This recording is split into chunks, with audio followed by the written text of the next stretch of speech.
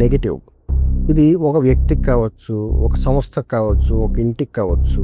ఒకసారి నెగెటివ్ అనేది వృద్ధయిందంటే, ప్రత్యేకంగా ఒక ఇంటికి నెగెటివ్ కనెక్ట్ అయితే కనుక దాన్ని తొలగించుకోవడానికి సులభంగా ఆ రోజు రాత్రి నుంచి మరుసటి రోజు ఉదయం వరకు దాన్ని అలా ఉంచేసేయాలి. నెలసరి ఉంటే కనుక ఎవరి వల్లనైనా మనం ఇబ్బందికి గురవ్వాలని చెప్పి ఎవరైనా ప్రయత్నం చేస్తే దానివల్ల కనెక్ట్ అయినటువంటి నెగెటివ్ ఫోర్స్. శ్రీ గురుభ్యో నమః. సింహీయ పరాజిత మహామంత్రాలయం. అహం కమలాలనాథ. సాధారణమైనటువంటి జీవన విధానంలో ఉండే వ్యక్తి ఈ మంత్రశాస్త్రాలు, గురువు దగ్గరికి వెళ్ళి మంత్రాలు చదువుకోవడం, అవన్నీ ప్రాక్టీస్ చేయడం, మనల్ని మనం ఉద్ధరించుకోవడానికి ప్రయత్నం చేయడం, ఇవన్నీ బహుశా కష్టం అవ్వచ్చు. అంటే అందరికీ సాధ్యపడకపోవచ్చు. సులభంగా మనల్ని మనం వృద్ధి చేసుకోవడానికి కొన్ని విధానాలు ఉంటాయి. అంటే చిన్న సమస్యలకి మనం ప్రయోగించేటువంటి పరిష్కారాలు లాంటివి అనమాట. అటువంటి వాటి గురించి ఇప్పుడు మీకు తెలియజేస్తాను. నెగెటివ్. ఇది ఒక వ్యక్తికి కావచ్చు, ఒక సంస్థకు కావచ్చు, ఒక ఇంటికి కావచ్చు. ఒకసారి నెగెటివ్ అనేది వృద్ధయిందంటే అది మనిషి స్వభావం మీద, ప్రవర్తన మీద, వాడి యొక్క ఉనికి మీద, ఆర్థిక వనరుల మీద, అన్నిటి మీద ప్రభావం చూపిస్తుంది. అది కేవలం ఒక వ్యక్తికి కనెక్ట్ అయితే. అదే గృహానికి కనెక్ట్ అయిందనుకోండి, గృహంలో నివసించేటువంటి భార్య, పిల్లలు అందరి మీద కూడా ఆ నెగెటివ్ ఫోర్స్ ఉంటుంది. ఎందుకంటే ఒక వ్యక్తి ఒంటికి సెంటు రాసుకుని ఇల్లంతా తిరుగుతున్నాడు అనుకోండి, ఆ ఇంట్లో ఉన్న వాళ్ళకు కూడా చక్కగా సెంటు వాసన వస్తూ ఉంటుంది, మంచి పరిమళం వస్తూ ఉంటుంది.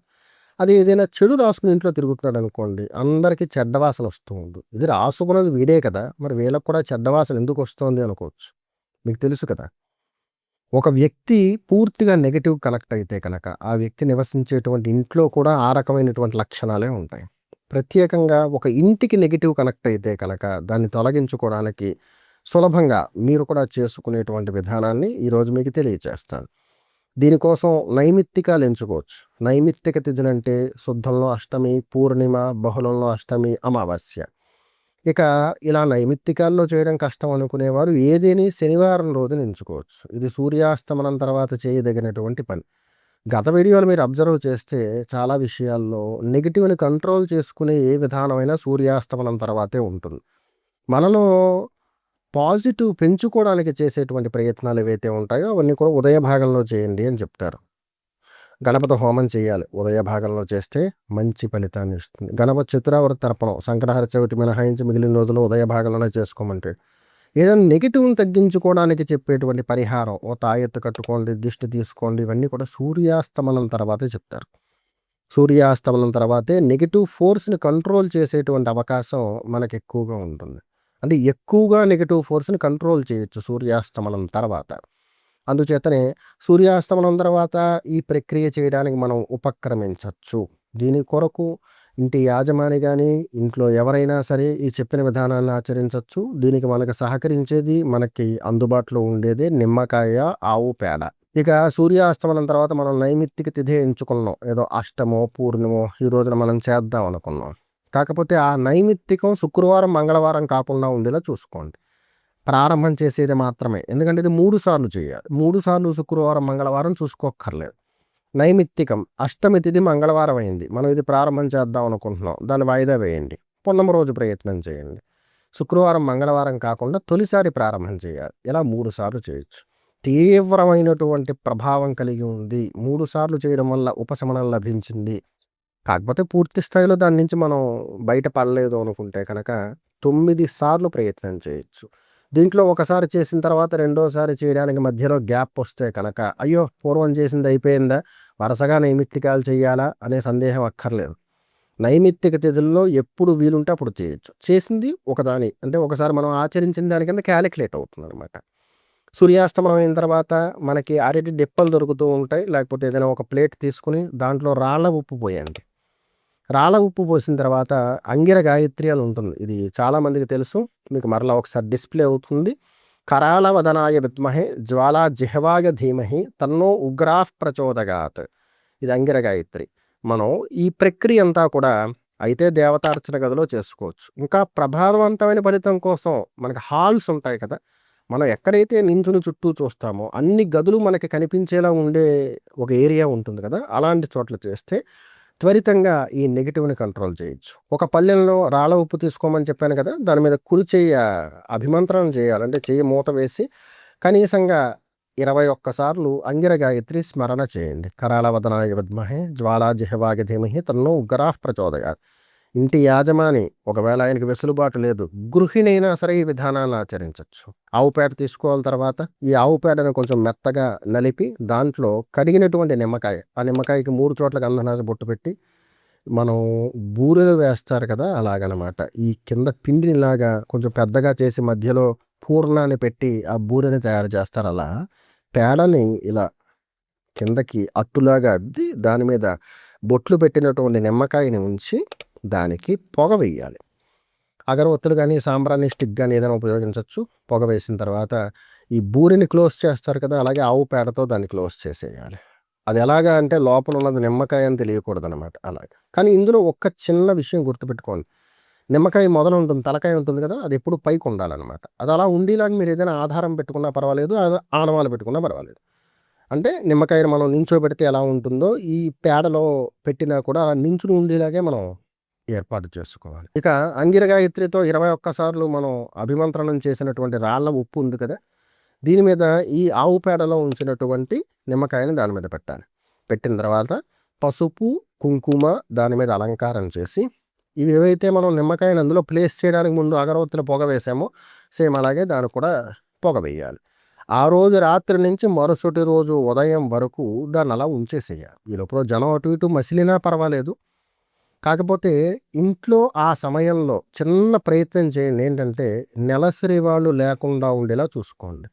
నెలసరి ఉంటే కనుక ఈ యొక్క చేసినటువంటి ఈ ప్రక్రియ ఏదైతే ఉందో దాని ప్రభావం కొంచెం తగ్గుతుంది. కాబట్టి నెలసరి లేని సమయంలో ఒకవేళ అలాంటి సమయం వస్తే కనుక దాన్ని వాయిదా వేసి మరుసటి నైమిత్తికంలో చేసుకునే ప్రయత్నం చేయండి. ఇక ఏ శనివారం అయినా చేయొచ్చు అనేది ఆప్షనల్. నైమిత్తికంలో అసలు మాకు కుదరట్లేదండి, ఏదో ఒక ఇబ్బంది వస్తోంది అనుకునేవారు శనివారానికి ప్రాధాన్యత ఇవ్వచ్చు. కానీ శనివారం రోజున చేసే ఈ ప్రక్రియ ఉంది కదా, దీనివల్ల లభించే ఫలితానికి నైమిత్తికంలో చేసేది చాలా ఎక్కువగా ఉంటుంది. అంటే నైమిత్తికంలో చేసినటువంటి ఈ ప్రక్రియ శక్తివంతమైంది శనివారం చేసిన దానికన్నా. కాబట్టి శుద్ధంలో అష్టమి పూర్ణిమ, బహుళంలో అష్టమి అమావాస్య ఈ రోజులో ఈ ప్రక్రియ ప్రారంభం చేయొచ్చు. ప్రక్రియ ప్రారంభం చేసే రోజు శుక్రవారం మంగళవారం కాకుండా ఉండాలి. రెండో నైమిత్తిక తిథిని ఎంచుకుని మరలా మనం చేయాలనుకున్నప్పుడు ఇప్పుడు శుక్రవారం మంగళవారం వచ్చినా నియమం ఏమీ లేదు. దీన్ని అలా ఉంచేశారు కదా, మరుసటి రోజు ఉదయం దాకా దాన్ని అలాగే వదిలేయాలి. గృహంలో ఉండేటువంటి నెగిటివ్ ఆరా, ఇది నైట్ టైం యాక్టివేటెడ్గా ఉంటుంది. గృహంలో వ్యతిరేక శక్తులు ఏవైనా ఉంటే, ఇది స్ఫోటకాలు కావచ్చు, అనుకోకుండా మనకు కనెక్ట్ అయినటువంటి నెగిటివ్ కావచ్చు, ఎవరి వల్లనైనా మనం ఇబ్బంది గురవ్వాలని చెప్పి ఎవరైనా ప్రయత్నం చేస్తే దానివల్ల కనెక్ట్ అయినటువంటి నెగిటివ్ ఫోర్స్ కావచ్చు, దేనినైనా సరే ఇది నెమ్మదిగా ఆకర్షించుకుంటూ ఉంటుంది. ఈ రకంగా మరుసటి రోజు ఉదయం దాకా ఉంచేసిన తర్వాత ఏదైనా ఒక కవర్ లాంటిది తీసుకుని దాంట్లోకి ఈ సరుకంతా ఏదైతే నేను రాత్రి పెట్టామో అదంతా పెట్టేసి ప్రవహించే నీటిలో కానీ ఎవరో తొక్కని ప్రదేశంలో కానీ దీన్ని తీసుకెళ్ళి పారవేయాలి. ఇది స్నానం చేయడానికి ముందేనా కలెక్ట్ చేసుకుని పారేసేయచ్చు. వచ్చిన తర్వాత మాత్రం ఖచ్చితంగా స్నానం చేయాలి. రెండో రోజు పొద్దున్న, ఏ రోజు రాత్రి అయితే మనం ప్రక్రియ చేస్తామో మరుసటి రోజు ఉదయం ఖచ్చితంగా ఇంట్లో శుభ్రంగా తడిగుండ పెట్టేసుకుని సాంబ్రాణి ధూపం వేయండి.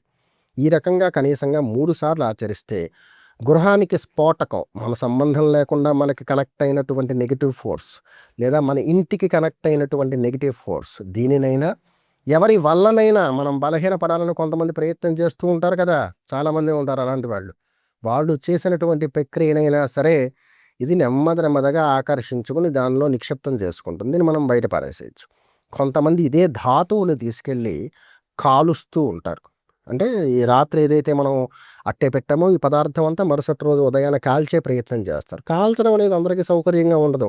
ఎందుకంటే చాలామంది సిటీస్లో ఉంటారు, వాళ్ళకి హోమగుండాలు లేకపోతే బయటికి వెళ్ళి కాల్చుకోవడం సౌకర్యంగా ఉండదు. అటువంటి వాళ్ళు ప్రవహించేటువంటి నీరు కానీ లేదా చక్కగా ఇందాక చెప్పాను కదా, ఎవరు మసలని ప్రదేశం ఉంటే అక్కడ కానీ పారవేసేయండి. ఈ రకంగా 3 సార్లు చేస్తే కనుక సాధారణమైనటువంటి ఇంటికి కనెక్ట్ అయినటువంటి నెగిటివ్ తగ్గిపోతుంది. ఒకవేళ 3 సార్లు చేసిన తర్వాత కూడా బాగానే ఉందండి, కానీ ఇంకా పూర్తిగా తగ్గలేదు, ఇంకా మెరుగైన ఫలితం ఉంటే బాగుంటుంది అని మీరు భావిస్తే కనుక ఇదే ప్రక్రియని 9 సార్లు చేయండి. 3 సార్లు చేసిన తర్వాత మరలా మీరు ప్రారంభం చేస్తారు ఇంకో 3 సార్లు చేయడానికి. అప్పుడు శుక్రవారం నైమిత్తికం వచ్చిందనుకోండి, అయినా చేసుకోవచ్చు. ఒకవేళ ఈ 3 సార్లే ఒక పట్టేమో, మళ్ళీ రెండోసారి ప్రారంభం చేసినప్పుడు నైమిత్తికాలకు శుక్రవారం, మంగళవారం వస్తే ప్రారంభం చేయొచ్చో, చేయకూడదో అన్న అనుమానం తీసేసేయండి. మీరు మొట్టమొదట ప్రకరణం ఎప్పుడైతే చేస్తారో అదే లెక్కలోకి వస్తుందన్నమాట. ఇలా 9 సార్లు మీరు పూర్తి చేయడం వల్ల గృహానికి కానీ, గృహంలో ఉన్నటువంటి వ్యక్తులకు కానీ సంభవించేటువంటి పాక్షికమైనటువంటి నెగటివ్ని తొలగించిన వారు అవుతారు. తర్వాత వాళ్ళు మళ్ళీ యథావిధిగా పూర్వం ఎలా ఉండేవారో అలాగే యాక్టివ్గా ఉండగలుగుతారు. దీనివల్ల ఏ వ్యతిరేకమైనటువంటి ప్రభావం ఉండదు. అందులో ఉపయోగించేది ఆవు పేడ, నిమ్మకాయ, రాళ్ళ ఉప్పు. ఇవి మనందరికీ లభించేవే. వీటి కోసం కొత్త ప్రయోగాలు ఏం చేయక్కర్లేదు, వాటి గురించి విపరీతమైన ప్రయత్నం కూడా చేయక్కర్లేదు. ఈ ద్రవ్యాలు ఉపయోగించి ఈ ప్రక్రియ చేసి చూడండి. మీకు ఏదైతే గృహానికి ప్రాప్తించినటువంటి నెగిటివ్ ఉందో దాంతోపాటు వ్యక్తిగతంగా ఇంట్లో ఎవరికైనా నెగిటివ్ కనెక్ట్ అయితే కనుక దాన్ని తొలగించడానికి కూడా మంచి అవకాశం లభిస్తుంది. సింహీయ పరాజిత మహామంత్రాలయం తరపున కొన్ని విధులు పార్ట్ 2 కింద రిలీజ్ చేస్తామని చెప్పాం కదా, వాటికి సంబంధించిన ప్రయత్నం జరుగుతోంది. కాకపోతే ఏవైతే షెడ్యూల్స్ ఉన్నాయో, అంటే ఎప్పుడు ఏ వీడియో టెలికాస్ట్ చేయాలనే షెడ్యూల్ ఉందో దాని ప్రకారం ముందుకు వెళుతోంది. సో వెసులుబాటు వచ్చిన తర్వాత అవకాశం ఉన్నప్పుడు తప్పకుండా ఆర్పీకి సంబంధించిన పార్ట్ 2 అలాగే కనికట్టుకు సంబంధించింది ఈ పార్ట్ 2s అన్ని కూడా రిలీజ్ చేస్తారు. దాని గురించి కొంతమంది అత్యుత్సాహం చూపిస్తున్నారు. కొంచెం అది బాధాకరమైన అంశం. ఎందుకంటే ఒక వ్యవస్థ ఉందంటే దానికి ఒక ప్రత్యేకమైనటువంటి నిబద్ధత ఉంటుంది. దాన్ని ఇలా నిర్వర్తించాలి, దీని తర్వాత ఈ వీడియో అని చెప్పేసి దాని ప్రకారమే విభాగం వెళుతూ ఉంటుంది. ఇది అందరి కోసం చేసేటువంటి ప్రయత్నమే.